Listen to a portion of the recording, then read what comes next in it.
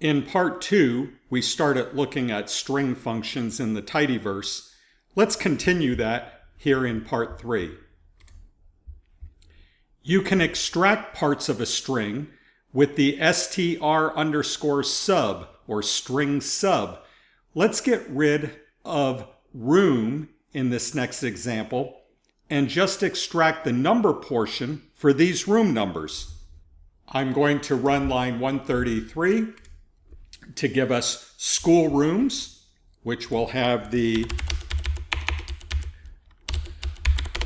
characters with the room numbers, room 521, 413, and so forth. The sub here will extract from the 6th character over to the 8th character. So if we count, that's ROOM space. The 6th character is the first digit of that 3-digit number, and the 8th one would be the last. So if you look over here, you still have 4 strings, but now they contain just the room numbers.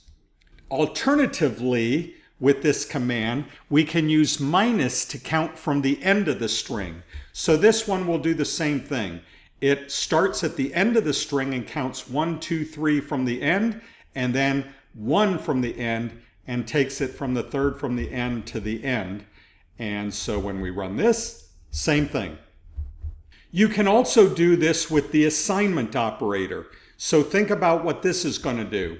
This is going to substitute first from the end to the first from the end. That means just the final character. It's going to assign a 0.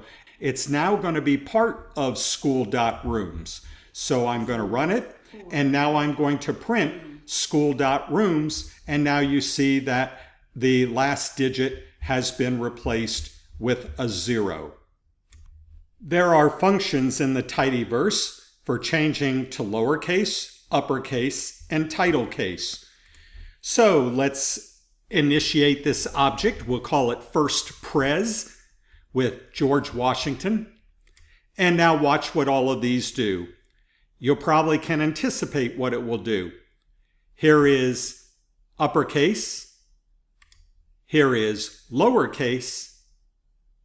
And here is title case, which is the original that we put in, but that's because what we did is we took the first letter of each word and capitalized it. That's what title case means. You can sort and you can order. Let's create a vector of student names.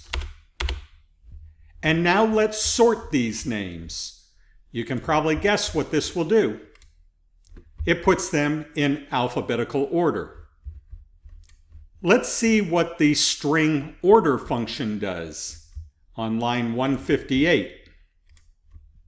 Can you tell what that did?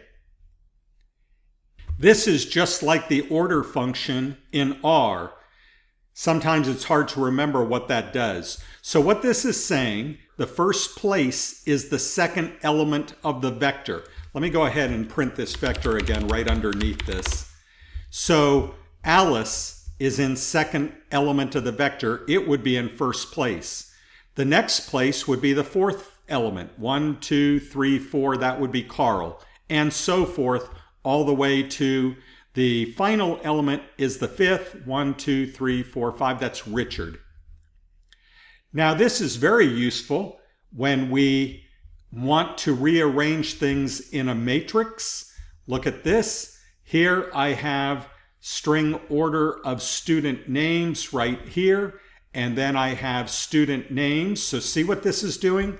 This is taking student names, and then it's taking the elements of the vector. You know that this is the subsetting function, those square brackets. And in the subsetting function, it's going to provide 2, 4, 1, 6, 3, 5, so that when we run them, we get this in alphabetical order. Before we leave this video, one final characteristic of these string functions that I showed you, many of the functions have a locale argument that you can add. Because some functions are dependent on locale. So you can specify using what's known as ISO 639 or ISO 639 language code. So here, for instance, the TR is for Turkish. And so if we take string to upper of the letter I, here it is in Turkish. Let's take those student names again. Let's sort them. But let's sort them using Hawaiian alphabetical order. Notice that's a little bit different. We have Edward comes between Alice and Carl. Those are the primary tidyverse string functions. Pretty simple, but pretty powerful. String sub extracts a subset of the string. String to upper changes all characters to uppercase. String to lower, all to lowercase.